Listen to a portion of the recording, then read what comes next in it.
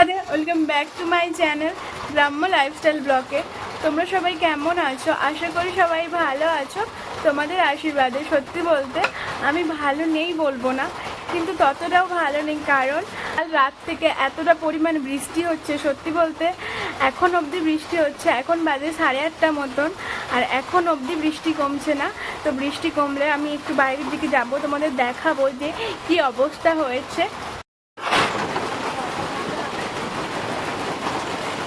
একটু বৃষ্টি কমেছে তো তোমাদেরকে দেখাই চারদিকের পরিবেশটা। এখন অবধি টিপ টিপ করে বৃষ্টি পড়ছে, আর কি কি ক্ষতি হয়েছে তো চলো তোমরাও দেখো। এই যে দেখো, একদিন বৃষ্টি হয়ে কি অবস্থা হয়েছে, আর পুকুর তো পুরো ডুবে গেছে। এই যে দেখো, পুকুর ডুবে গেছে। ওই দিকটায় একটা পুকুর আছে, দেখো ভালো করে, ওই পুকুরটার পাড়ে পুরো জল উঠে গেছে।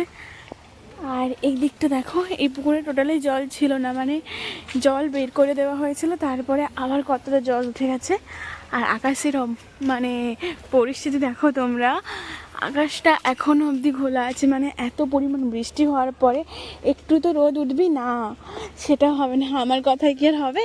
যাই হোক, তোমরা দেখো চারিদিকে পুরো জল জমে গেছে, আর বেরোনোই যাচ্ছে না। কাল রাত থেকে এত পরিমাণ বৃষ্টি হচ্ছে।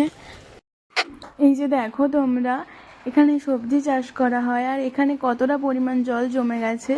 আর এক রাতে এতটা পরিমাণ বৃষ্টি হয়েছে যে এতটা জল জমেছে। আর এই দিকে দেখো, পুকুরের জল বেরিয়ে চলে এসছে, পুকুর ডুবে গেছে, যার ফলে পুরো রাস্তা একেবারে মানে ডুবেই গেছে। দুদিকে পুকুর, মাঝখানে রাস্তা, তোমরা দেখো বুঝতে পারবে।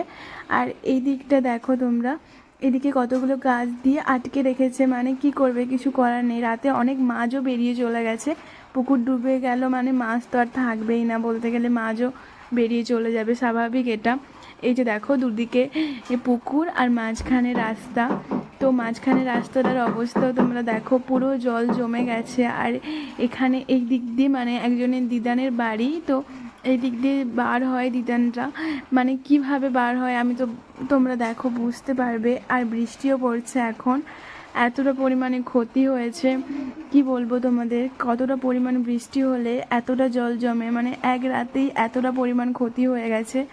আরও কন্টিনিউ বৃষ্টি হওয়ার কথা আছে, তার মানে কতটা পরিমাণ ক্ষতি হবে।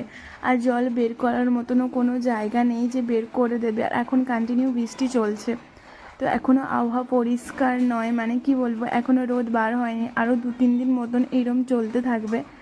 আর দেখো পুকুর তো পুরো ডুবে গেছে, আর কতটা পরিমাণ ক্ষতি হয়েছে। ওই যে দেখো, ওই যে দিদান দাঁড়িয়ে আছে, চলো আমি দিদানকেই জিজ্ঞাসা করব যে কতটা পরিমাণ ক্ষতি হয়েছে। দিদান বলবে, তো বললে তোমরা বুঝতে পারবে। তো চলো দিদানকে জিজ্ঞাসা করা যাক। এরকম অবস্থায় কিছু করবে না?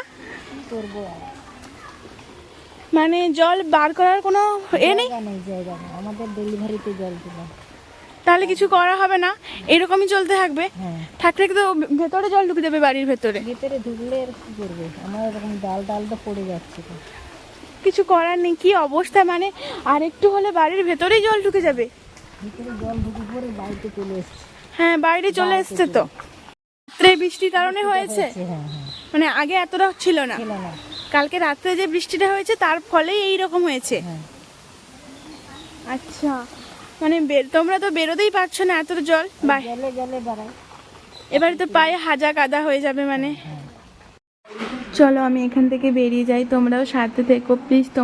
তোমাদের কাছে অনুরোধ রইল, পুরো ভিডিওটা দেখো, না দেখলে তোমরা বুঝতে পারবে না যে কতটা পরিমাণ ক্ষতি হয়েছে। আর তোমরা এই যে লক্ষ্য করো, এই যে বাড়িটা, এই বাড়িটা অনেক পুরনো বাড়ি, এবং অনেক দিন হয়ে গেছে এই বাড়িটা।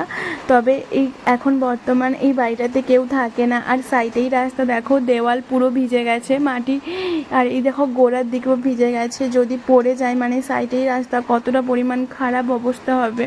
আর পাশাপাশি লোক জানে, দূরের লোক জানে না, যদি পড়ে যায় কেউ থাকে, তো তোমরা বুঝতে পারছো কতটা মানে সিরিয়াস ব্যাপার। আর এই যে দেখো, এখন আবহাওয়া কতটা খারাপ আছে, মানে এখন তো আবহাওয়ার পরিবর্তন হবে না, কারণ 2-3 দিন বৃষ্টি হবে, তো আকাশ এমনই থাকবে। আর দেখো প্রচণ্ড হাওয়া বইছে। আর তোমরা দেখো, আমি এই দিকটাই যাই, এই দিকটায়ও অনেকটা পরিমাণ ক্ষতি হয়েছে তোমরা দেখো। আর গ্রামে সবজি চাষ করা হয়, তো সবজি চাষ তো আর হবে না, মানে এতটা পরিমাণ জল জমে গেছে, গাছের গোড়ায় যদি জল জমে যায় তখন গাছ তো বেঁচে থাকে না, মারা যাবে। আর এই যে দেখো দু সাইডে পুকুর আর মাঝখানে সরু রাস্তা, এই যে দেখো ঝিঙে গাছ, তারপরে শসা গাছ, এগুলো সব জলে পড়ে গেছে। আশা করি এগুলো আর মনে হয় আমার এগুলো তো আর হবে না। কি বলবো, তোমরা দেখো, তোমরা বুঝতে পারবে কতটা পরিমাণ ক্ষতি হয়েছে এক রাত্রে। আর মাছ তো পুরো পুকুর থেকে বেরিয়ে গেছে, আর যাবে না বা কেন, পুকুর ডুবে গেল তো আশা করি বেরিয়ে যাবে। যদি সকালে মানে দিনে হতো তখন হয়তো সবাই একটু চেষ্টা করতো জাল দিয়ে বেঁধে রাখার, মানে পাড়ে পাড়ে জাল দিয়ে বেঁধে রাখলে মাছগুলো যেতে পারে না। আর রাতে হয়েছে, কিছু করারও নেই, রাতে প্রচণ্ড বাজ পড়ছিল, স্বাভাবিক কেউ করতেও আসবে না। এই যে দেখো পুরো ডুবে গেছে। আর ওই দিকটাই তোমরা একটু খেয়াল করো, ওই দিকটায় একটা মাঠ আছে, মাঠটাও পুরো ডুবে গেছে, আর এই দিকটায় পুকুরও ডুবে গেছে। আর হাওয়া কতটা পরিমাণ বেগে বইছে, যে দেখো হাওয়ার বেগ কিন্তু প্রচণ্ড। আর চলো তোমাদের আমি আমাদের বাজার দেখাই, বাজারের অবস্থা তোমরা দেখো, পুরো ডুবে গেছে। আমাদের মন্দির আগের অবস্থা, এই যে দেখো কি পরিমাণ জল হয়েছে, আর কতটা পরিমাণ জল হলে এইরকম জল জমে যায় তোমরা দেখো। সবাই এই জলের মধ্যে মানে কি করবে বলো তো, কিছু তো করার নেই, কাজ বাজ সবাইকেই করতে হবে, দোকানে সবাইকেই আসতে হবে। আমাদের মন্দিরের সামনে দেখো, আর আকাশটা দেখলে তোমরা কতটা পরিমাণ, মানে এখনও অবধি মনে হয় আরও একটা ভারী বৃষ্টি হবে। তো আজ সারাদিন বৃষ্টি হচ্ছে, এখন একটু টিপ টিপ করে পড়ছে, তো তোমাদেরকে দেখাই। আর আমার সাথে আমার ভাইও এসেছে।